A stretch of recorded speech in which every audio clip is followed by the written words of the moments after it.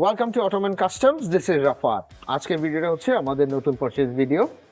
A new car has been added to the channel. So let's go and see the car.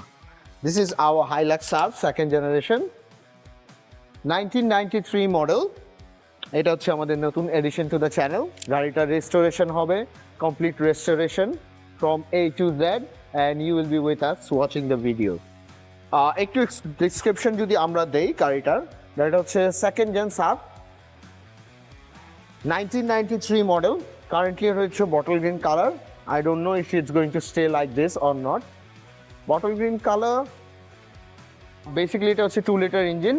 গাড়িটার AIT কম তাই গাড়িটার AIT হচ্ছে 50,000. Normally SUV তে 50,000 এ আমরা AIT তে গাড়ি পাওয়া যায় না.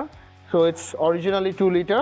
So it will be a savings for us, and my plan is to restore it completely.